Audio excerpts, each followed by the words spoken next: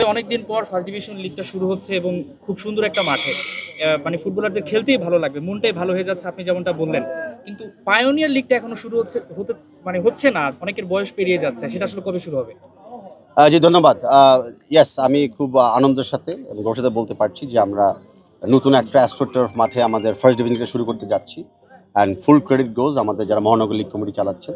And ওনাদেরও একটা বিশ্বাস যে খালি খেলাটা দিনের বেলা না, ফ্লাড ডিলারগুলোকে একটু ঠিক করলে এই লিগটা রাত্রেও আমরা খেলাতে পারবো, যেন দর্শকদের একটু সুবিধা হয়। আর যেভাবে ফার্স্ট ডিভিশন লিগটা অতীতে বন্ধ হয়ে গিয়েছিল, আমরা রিস্টার্ট করেছি, সেভাবে কিন্তু নেক্সট স্টেপে হবে আমাদের পায়োনিয়ার লিগটা। বিকজ আপনারা জানেন যে আমরা প্রত্যেক ডিভিশনে কিন্তু রেলিগেশন এবং প্রমোশন বিশ্বাস করি। তো বাংলা ফুটবল লিগ থেকে বিসিএল তো হবে, বিসিএল থেকে এই যখন ফার্স্ট ডিভিশন টিমগুলোকে পাইপলাইনে যাবে, সেকেন্ড থার্ড করে আমরা পায়োনিয়ারে চলে যাবো। কিন্তু পায়োনিয়ার যাদের বয়সটা ছিল অক্টোবর হওয়ার কথা ছিল, 16 বছরের একটা ব্যাপার ছিল, আন্ডার 16, তাদের অনেকের বয়স পেরিয়ে গেছে এবং অনেকে ট্রায়াল দিয়ে ক্লাবগুলো নিয়ে এসেছিল, তারাও মুখ ফিরিয়ে নিচ্ছে, ক্লাবগুলোকে আসলে তারা বাটপার বলছে, এরকম একটা ব্যাপার।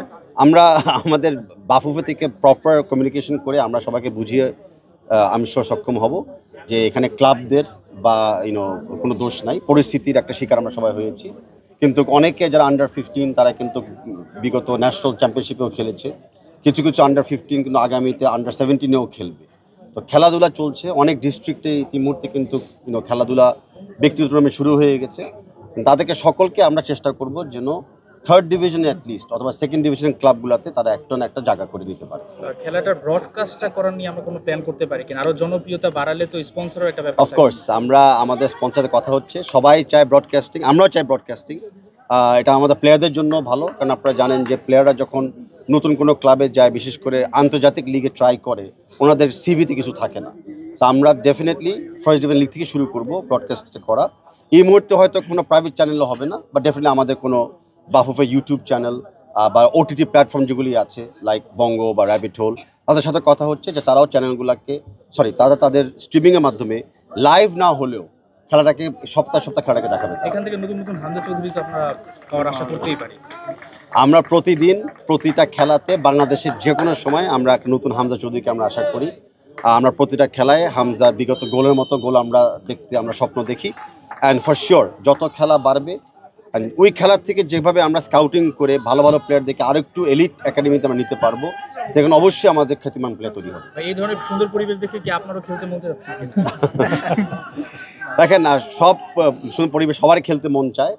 তা আমরা জাস্ট খুশি যে আমরা যেটা পাই নাই আমাদের খেলার জীবনে বর্তমান প্লেয়ার তারা পাচ্ছে, but at the same time বর্তমান প্লেয়ার ডিজার্ভও করে, কারণ খেলার মানও অনেক উন্নতি হয়ে যাচ্ছে, খেলার উপরে কম্পিটিশন যেটা বেড়ে যাচ্ছে।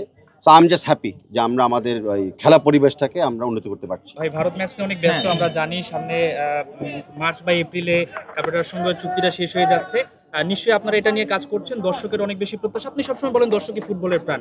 সো ওই প্রাণটাকে বাঁচিয়ে রাখতে হলে নিশ্চয়ই আমরা একটা ভালো সিদ্ধান্ত দেখতে পারি কিনা সামনে? দেখেন, আমরা এখন ভারত ম্যাচ নিয়ে আমরা এখন ফোকাসড আছি। ভারত ম্যাচের আগে আমাদের প্রশিক্ষণের ব্যাপার আছে এবং মেক শিওর করা যে ম্যাচটা ভালোভাবে শুরু এবং ভালোভাবে আমাদের কমপ্লিট হয়।